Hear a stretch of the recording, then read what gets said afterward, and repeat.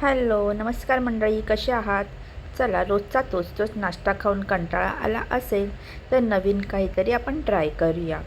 ह्यासाठी मी एक कांदा बारीक करून घेतलेला आहे, एक मिरची आणि थोडीशी कोथिंबीर बारीक करून घेतलेली आहे. एका बाउलमध्ये ते आपण काढून घेणार आहोत. मस्त 2 ते 3 उकडलेले बटाटे, मीठ, लाल तिखट, हळद, गरम मसाला आणि लिंबाचा रस घालून आपण हे मिश्रण एकजीव करून घेणार आहोत. आणि ह्याच्यामध्ये उकडलेली 2 ते 3 अंडी आपण किसून घेणार आहोत. हे सगळं मिश्रण आपण छान एकजीव करूया आणि ह्याच्यामध्ये मिरचीची पेस्ट घालून पुन्हा आपण मिश्रण एकजीव करूया. ती आधी घालायची राहिली होती म्हणून मी नंतर घातली. ह्याची छान छान अशी आपण गोल गोल टिक्की करूया आणि रव्यामध्ये छान अशी घोळवून घेऊया. रवा मी हा भाजून घेतलेला आहे.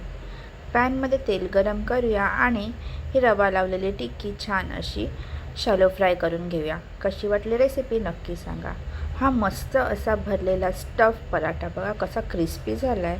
यासाठी 4 कांदे उभे कापून घेतलेले आहेत आणि छान हे तेलामध्ये परतून घ्यायचे आहे. ह्याच्यामध्ये आपण धना, जिरा, ओवा, आलं, लसूण, मिरची, कांदा, हळद, लिंबाचा रस, लाल तिखट आणि धना पावडर घालून घेतलेली आहे. ह्याच्यामध्ये बेसन आणि कसुरी मेथी घालून हे छान आपण फ्राय करून घेणार आहोत. थोडीशी कोथिंबीर घालून घेऊया.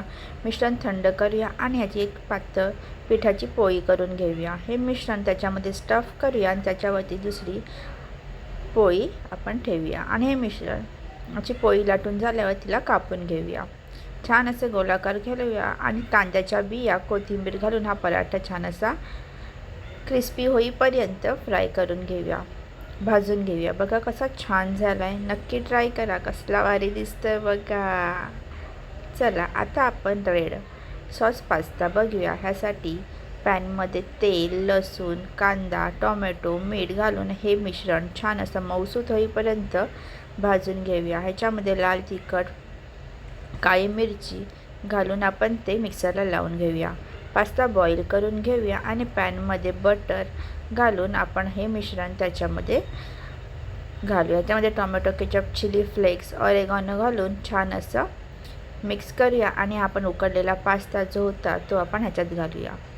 मिश्रण जरा घट्ट वाटत असेल तर बॉईल केलेलं जे पास्त्याचं पाणी होतं ते घालू.